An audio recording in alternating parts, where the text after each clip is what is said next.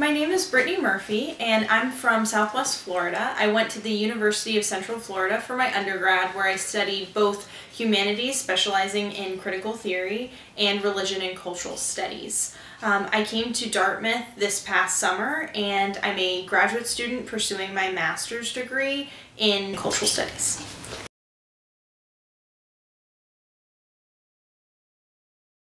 As a first-generation college student in my undergrad, it was very difficult just applying to college. I didn't know really where to start, how to get letters of recommendation, how to talk to even my high school professors about that next step, and my parents were very not only unfamiliar with the process, but anxious and hesitant to help me get there because they themselves didn't go through that process.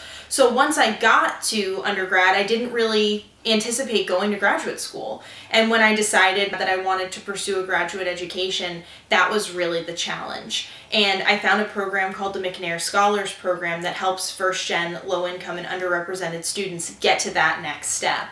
And so once I became part of a program that really helped facilitate what it meant to get to that next step, it was really a very easy process.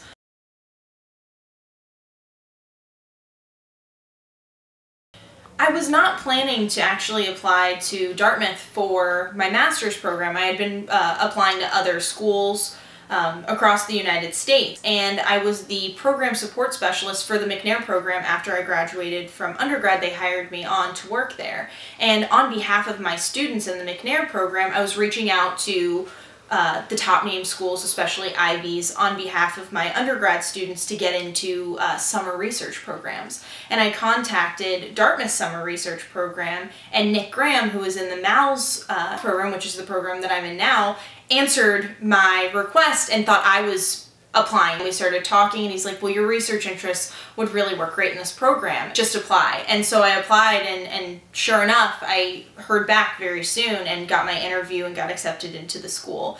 And it was amazing to know that I was going into a school that had a first-generation component, and that was a huge appeal and draw for me to come to this university and be a part of something big like that.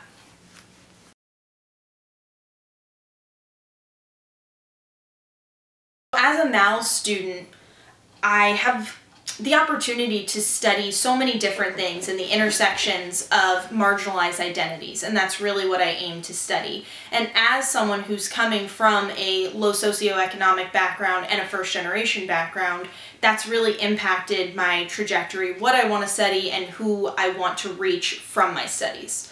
So being first gen is really interesting because you come into a program and you sit next to kids who went to NYU and who did their undergrads at Harvard, and you come from a state school and you sit in that classroom and you hope that you belong, but you don't always see people who have the same experience as you, and you get a little bit of an imposter syndrome. And so that happened as I got here, but the more that I spoke with faculty and with other students and began to connect with them, I realized that I belonged in this program and that I would be able to succeed.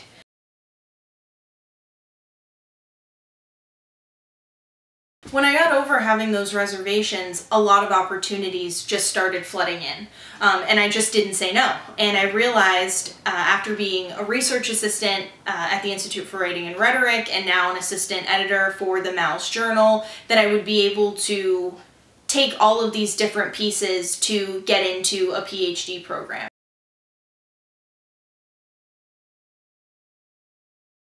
My research interests are in queer theory, race, and class studies. I'd like to take the intersections of these research interests and be able to combine them to create a media literacy program. My end goal is to look at marginalized bodies in United States popular culture, specifically television, and understand why looking at these mediums is important, especially for youth that may be underrepresented in these mediums.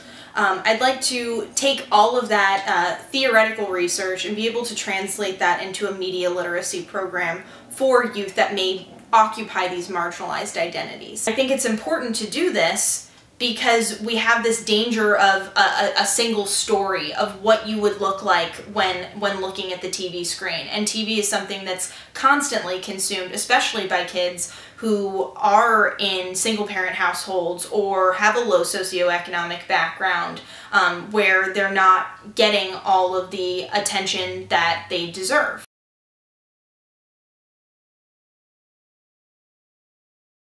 Implementing a type of media literacy program in nonprofit would be the best way to reach youth, and I think studying television, which is highly consumed by this particular demographic, would be important in everyday life. And after the PhD, I'd like to work in the nonprofit sector and be able to help the bodies that I study.